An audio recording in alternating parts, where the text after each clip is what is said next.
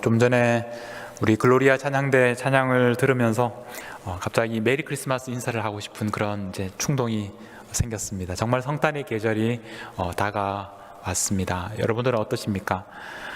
이 메리 크리스마스라는 이런 인사, 정말 1년 365일 날마다 해도 기쁜 그런 인사인데, 우리는 사실 그 인사를 참 아꼈다가 1년에 딱 한 번 성탄절에 인사하는 그런 우리들입니다. 근데 여러분 마음에 늘 예수님께서 오심을 기뻐하며 성탄의 그런 은혜가 가득하기를 바랍니다.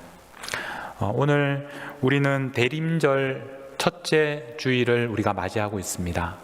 오늘부터 4주 동안 이제 대림절이 되고, 그 다음에 우리가 성탄절 항상 4주 전부터 예수님의 오심을 기다리는 그런 절기가 대림절입니다.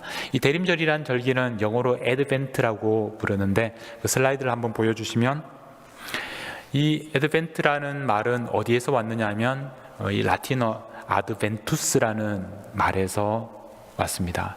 이게 원래 말의 뜻은 영어로 말하면 coming, 오심이라는 뜻입니다. 여기에서 영어로 애드벤트라는 그런 절기가 오게 되었는데, 우리 한국에서는 이 절기를 보통 대림절 이렇게 부르기도 하고, 또 어떤 분들은 대강절 이렇게 들어보시기도 하셨을 것입니다. 사실 뜻은, 이 대자는 같은 기다린다는 뜻이고, 강자 또는 림자 합치면 강림입니다. 예수님께서 오신다는 것을, 오심을 기다리는 절기, 그래서 대림절 또는 대강절 이렇게 우리가 부르고 있습니다. 그런데 예수님께서는 이미 2000년 전에 오셨습니다. 그런데 우리가 왜 이 대림절을, 예수님의 오심을 기다리고 있을까? 이 애드벤트라는 예수님의 오심을 기다리는 절기는 단순히 2000년 전에 과거에 오신 예수님만을 우리가 기다리는 것이 아닙니다. 그 다음 슬라이드를 보여주시면, 우리가 이 애드벤트를 지키면서 예수님의 오심은 3번의 오심을 우리가 기다리게 됩니다. 첫 번째는 과거에 이미 역사적으로 베들레헴에 오셨던 그 예수님이십니다. 그리고 두 번째는 현재, 지금 우리들의 마음속에 지금도 찾아오시는 예수님. 그리고 마지막으로 미래, 이 땅에 다시 오실 그 두 번째 재림하실 예수님을 우리는 기다리게 됩니다. 그러므로 이 대림절이라는 절기는 과거에 오신, 우리 베들레헴에 오셨던 아기 예수님을 기억하는 것이고, 또 오늘 우리에게 우리의 마음속에 임하시는 그 예수님을 우리가 영접하는 것이고, 또 다시 오실 예수님을 소망하는 그런 절기가 바로 이 대림절, 애드벤트 그런 기간입니다. 이 성탄이 다가오면 우리 마음에는 굉장히 설레는 마음이 생깁니다. 저도 이 성탄절 생각할 때마다 제가 중고등학교 때 보냈던 그 성탄절 절기를 늘 떠올리게 됩니다. 저는 그 대구 시내에 있는 아주 그 상가 2층에 있는 작은 교회를 중고등학교를 그때 다녔었는데, 그때 우리가 성탄절이 되면 성탄 전야에 항상 모여서 성탄 축하 발표회를 합니다. 그러면 그때 항상 우리는 예수님을 만났습니다. 어떤 예수님입니까? 아기 예수님. 어쨌든 이렇게 좀 요셉과 마리아가 이렇게 포대기를 안고 있는 그 아기 예수님을 우리는 매년 만났습니다. 어떤 해에는 목자들이 나타나고, 또 어떤 해에는 동방박사들이 나타나고 하면서 이 요셉과 마리아가 여관을 찾는데 여관이 방이 없어요. 그래서 할 수 없이 마구간에 들어가서 이제 아기를 낳는 그런 그 아기 예수님을 늘 만났습니다. 그리고 그 성탄 발표회가 끝나게 되면 그 밤에는 집에 들어가지를 않았습니다. 올라이트를 해야 된다는 그런 어떤 사명감 같은 것이 있었던 것 같아요. 그래서 우리 학생들이 이제 밤에 끝나고 나면 모여서 밤새도록 그렇게 레크레이션하고 게임하고 그러면서 놀았습니다. 그리고 이제 밤이 깊어지면 이제 라면을 끓여서 또 맛있게 먹고, 그리고 이제 마지막을 어떻게 마무리를 합니까? 새벽송, 이라고 해서 우리 장로님 댁에 또 우리 집사님 댁에 미리 이렇게 연락을 한 다음에 새벽에 찾아가서 또 그 앞에서 캐롤송, 또 성탄을 기뻐하는 그런 노래들을 부릅니다. 그러면 또 그분들이 가만히 계실 수가 없잖아요. 미리 준비한 또 여러 가지 또 과자와 또 뭐 라면 같은 것들을 주시면 또 그걸 다 챙겨서 교회에 돌아와서 함께 나누어 먹으면서 그렇게 지냈던 성탄절이 지금도 기억에 떠오릅니다. 우리는 2020년 성탄절은 아마 우리가 지금까지 경험했던 성탄절과는 참 다른 이 코비드 시대, 또 비대면 시대에 맞이하는 첫 번째 성탄절을 우리가 맞게 되었습니다. 올해는 우리 교회도 예전처럼 성탄 전야에 모여서 아이들이 준비한 축하 공연도 보고 또 우리 찬양대 칸타타 함께 들으면서 그렇게 축하하는 행사는 모일 수가 없게 되었습니다. 2020년 이 성탄은 우리가 어디에 가서 예수님을 만날 수 있을까? 근데 가만히 생각해 보면 바로 2020년 성탄이야말로 우리가 예수님을 만날 수 있는 더 좋은 기회가 될 수 있다라고 생각을 하게 되었습니다. 이 비대면 시대에는 예전처럼 우리가 베들레헴으로 가서 그곳에서 예수님을 만나러 가지 않아도, 우리가 교회에 함께 다 모여서 성탄을 축하하지 않아도 각자의 가정에서, 각자의 삶 속에서 우리에게 찾아오시는 예수님을 만날 수 있는 그런 기회가 됩니다. 여러분, 2020년 대림절, 2020년 성탄절을 맞으면서 여러분의 삶 속에 찾아오시는 그 예수님을 올해 꼭 만나시는 그런 2020년 대림절과 성탄절이 되시기를 축복합니다. 여러분들은 예수님을 어떻게 만나실 수 있습니까? 오늘 저는 여러분들과 함께 이 엠마오라는 마을에서 제자들이 만났던 예수님에 대해서 말씀을 나누도록 하겠습니다. 오늘 우리가 봉독한 말씀을 보면 두 제자가 엠마오를 향해서 가고 있습니다. 13절 말씀입니다. 그날에 그들 중 둘이 예루살렘에서 25리 되는 엠마오라 하는 마을로 가면서라고 되어 있습니다. 이 엠마오라는 마을이 어디에 있는 마을인지 먼저 알아보겠습니다. 예루살렘에서 25리 떨어져 있다. 이 25리라고 하면 요즘에는 사실 잘 와닿지 않습니다. 예전에는 이 심리가 4km, 그래서 25리는 10km 정도 이렇게 되는 거리인데 우리가 지금 이 25리라고 하면 잘 와닿지는 않습니다. 10km 정도라고 하면 지금으로 말하면 여기 우리 교회에서 그 미네아폴리스 다운타운까지가 한 10km 정도 그렇게 됩니다. 그 정도 거리에 있는 마을입니다.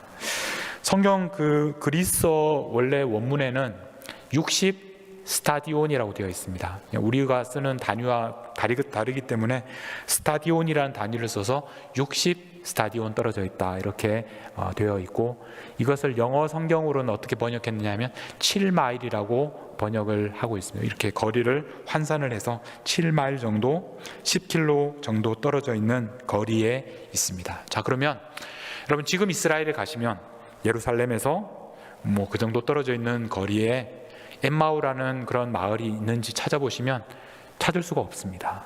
왜냐하면 워낙 오랜 시간이 지났고 더 이상 사람이 사는 그런 마을이 아닙니다.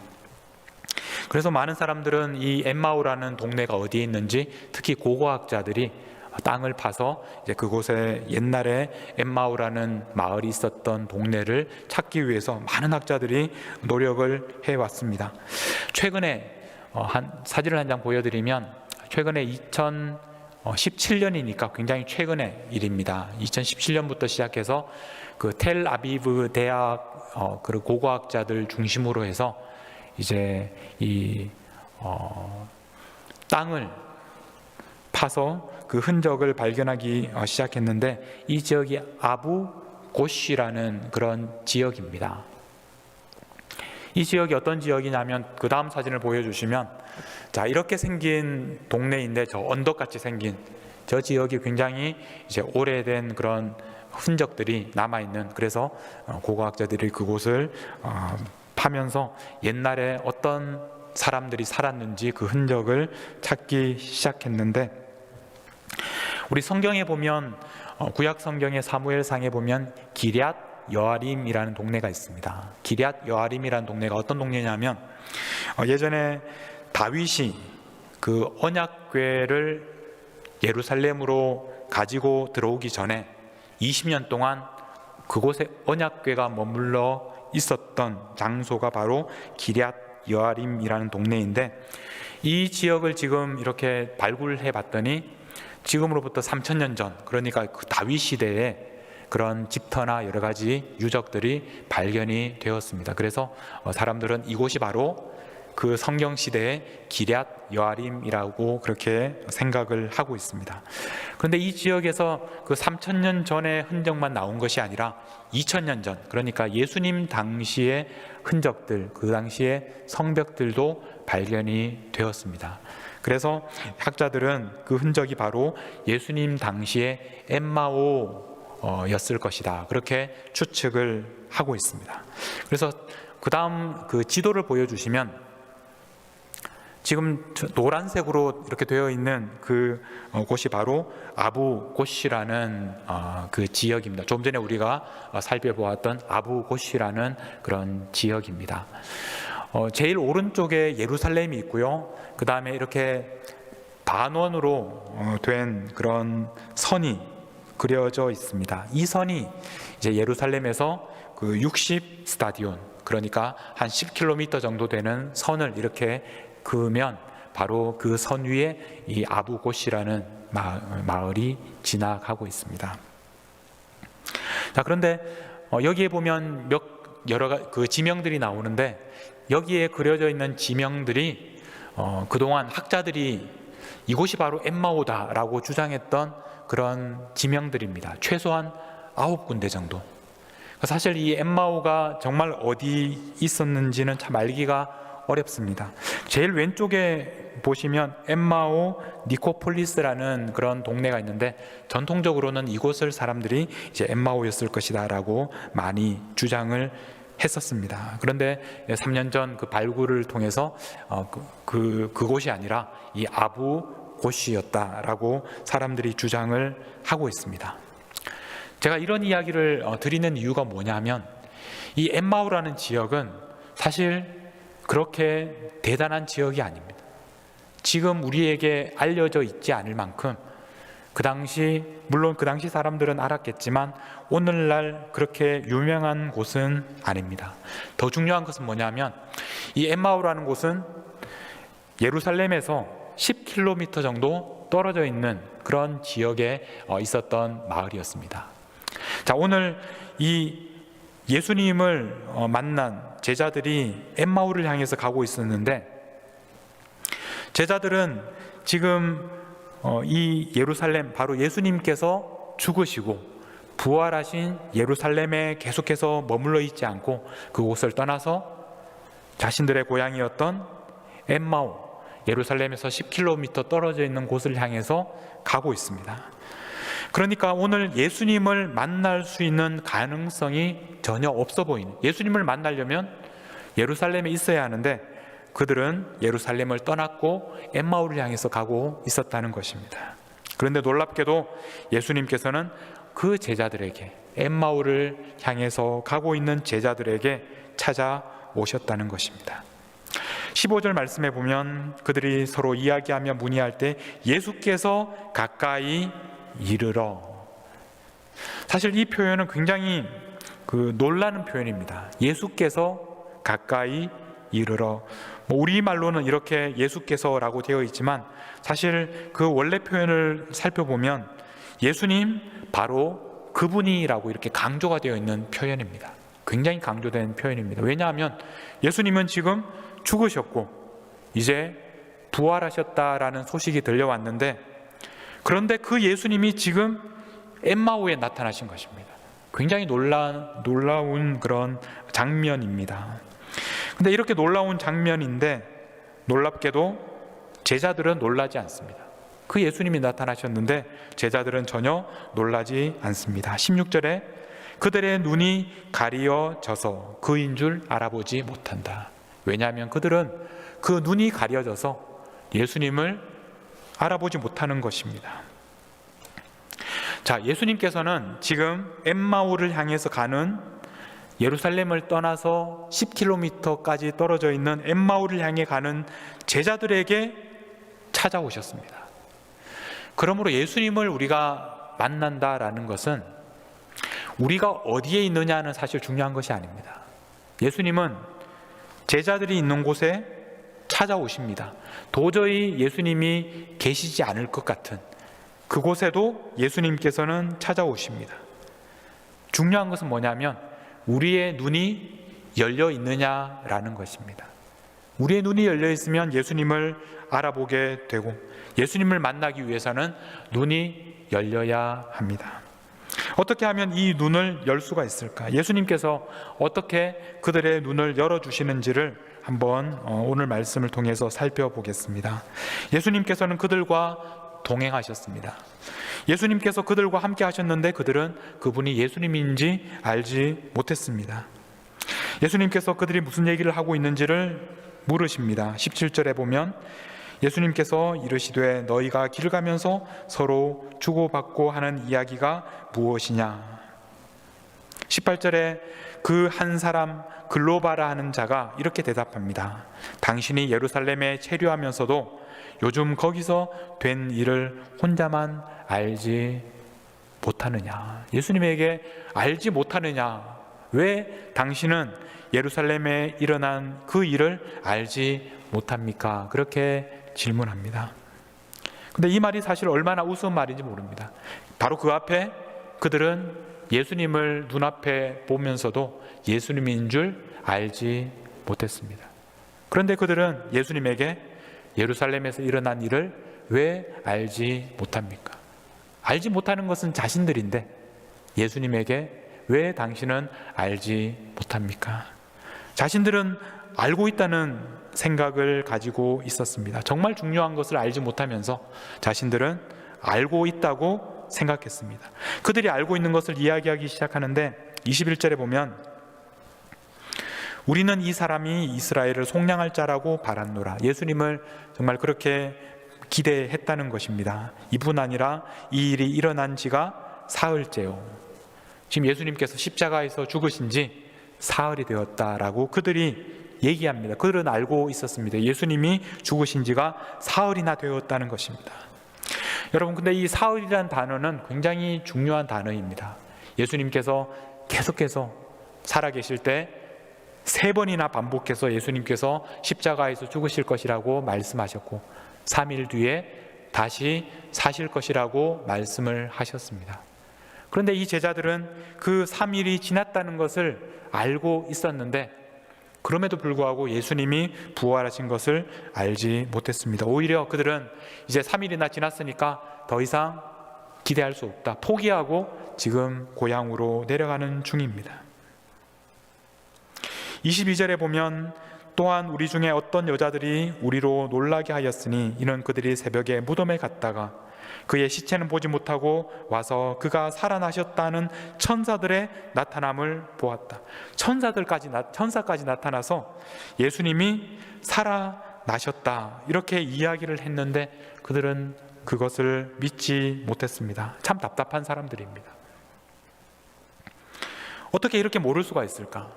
예수님이 옆에 있는데도 보지를 못하고 또 3일이 지났는데 그 예수님의 말씀을 기억하지 못하고 천사들이 이렇게 다시 예수님이 살아나셨다고까지 얘기했는데도 그것을 믿지 못합니다. 얼마나 답답한 사람들입니까?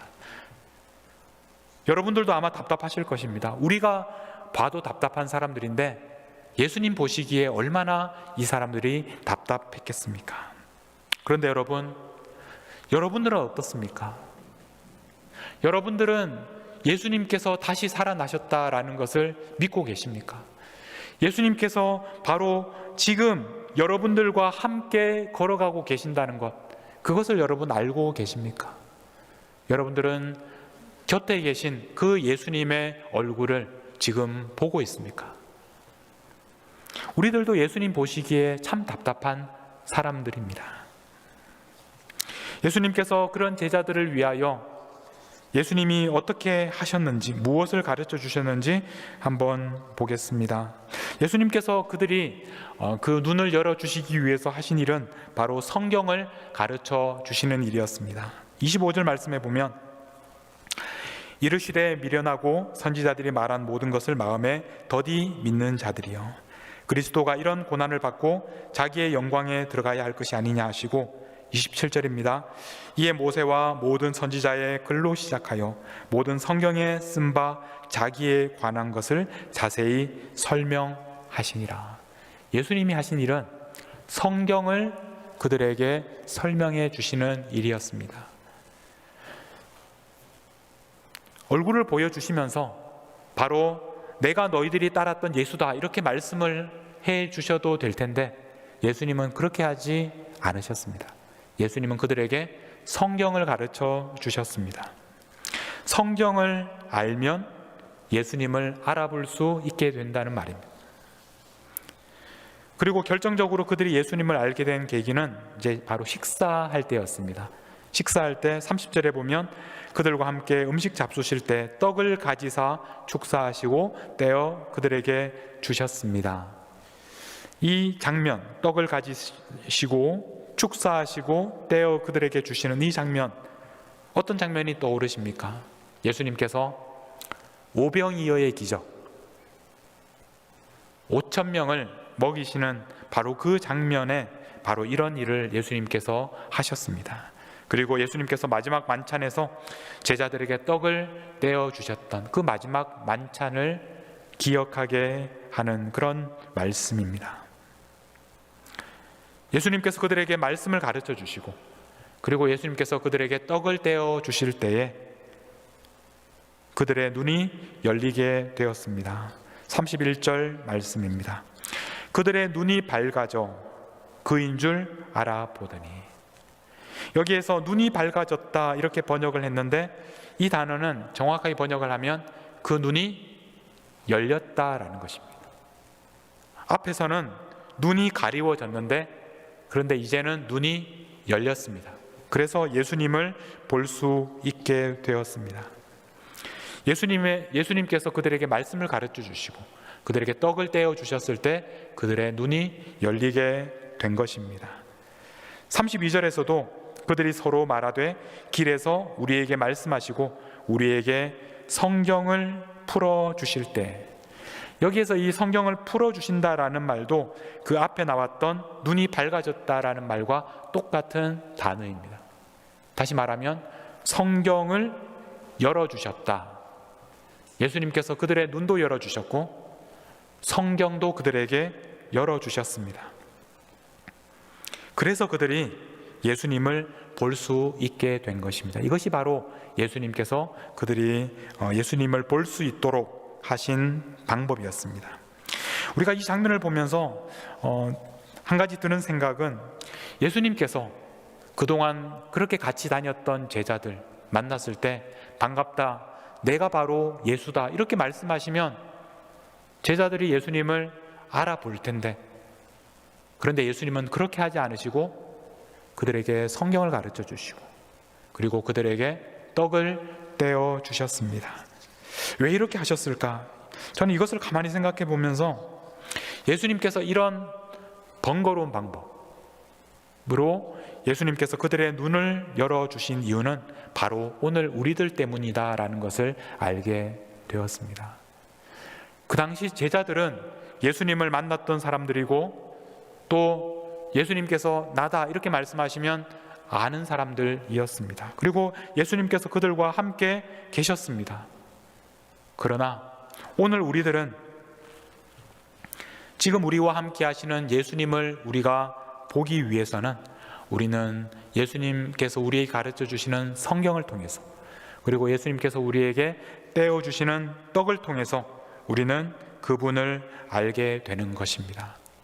엠마오로 가던 제자들에게 예수님께서 하셨던 그 방법 그대로 오늘 우리들에게 사용하셔서 우리가 오늘도 하나님의 말씀을 통해서, 그리고 우리가 성찬에 참여하고 떡을 떼므로써 우리는 오늘 우리와 함께 하시는 예수님을 볼 수 있게 되는 것입니다.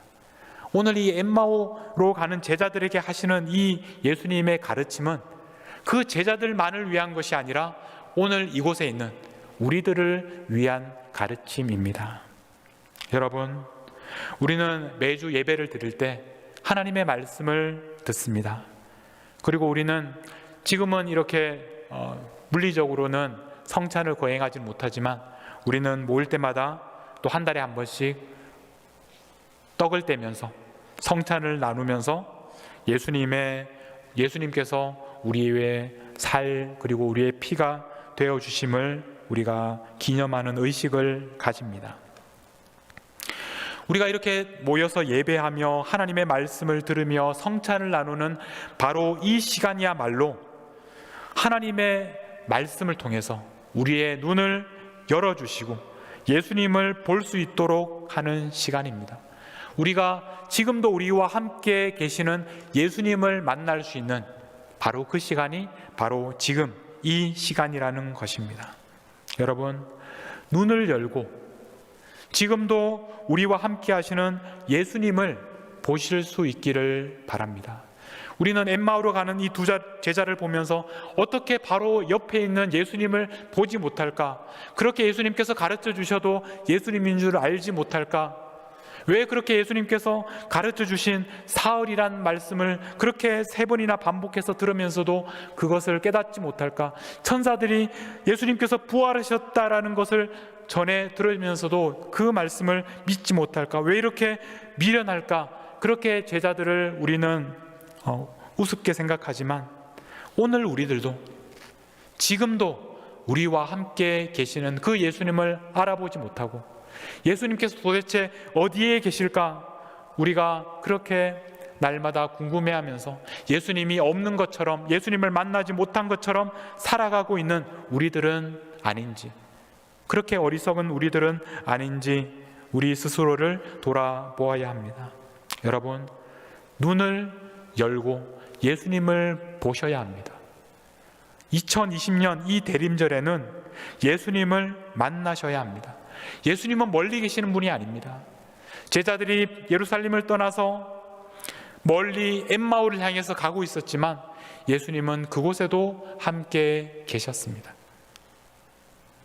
예수님은 오늘 이곳에 여러분들에게 찾아오셨습니다.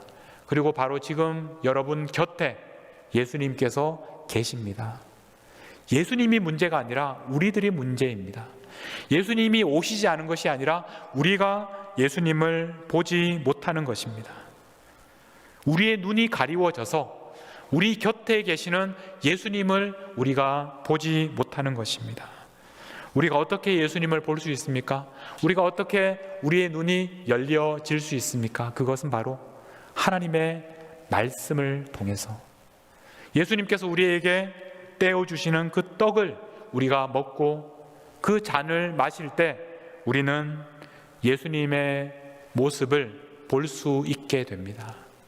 여러분, 오늘 이 시간에 우리의 눈을 열어달라고, 그래서 지금도 내 곁에 계시는 그 예수님을 볼 수 있게 해달라고, 지금 이곳에 와 계신 그 예수님을 우리의 눈을 열어서 볼 수 있게 해달라고 하나님께 기도하시기 바랍니다. 이번 대림절에는 여러분 모두의 눈이 열려서 지금 우리와 함께 계시는 예수님을 볼 수 있게 되기를 간절히 축복합니다. 오늘 여러분들과 함께 찬양할 곡은 찬송가 366장입니다. 1절에 보면 어두운 내 눈 밝히사 진리를 보게 하소서, 그렇게 노래합니다. 여러분, 오늘 이 366장 우리 1절을 2번 이렇게 부르시면서 간절하게 주님, 어두운 내 눈을 밝혀 주옵소서. 정말 주님을 보기 원합니다. 지금 내 곁에 계시는 그분을 알기 원합니다. 주님을 만나기 원합니다. 그런 간절한 기도를 드리면서 우리 찬송가 366장을 부르겠습니다.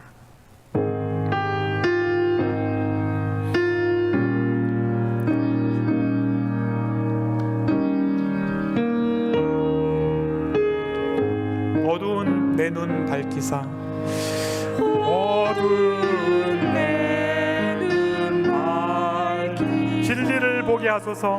진리를 보게 하소서. 진리의 열쇠 내게 주사 진리의 열쇠 내게 참빛을 찾게 하소서.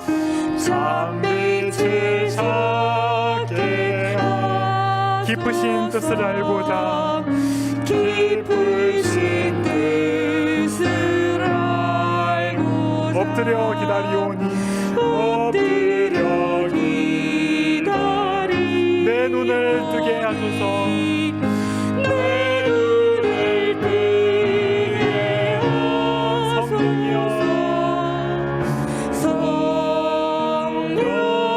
성령이여 다시 한번 하겠습니다. 어두운 내 눈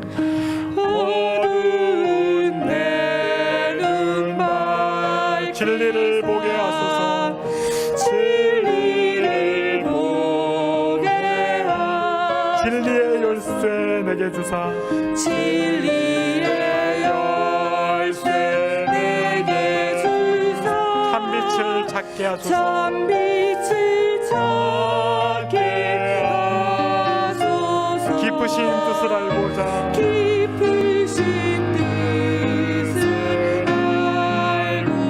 엎드려 기다리오니 엎드려 기다리 내 눈을 뜨게 하소서. 내 눈을 뜨게 하소서. 성령이여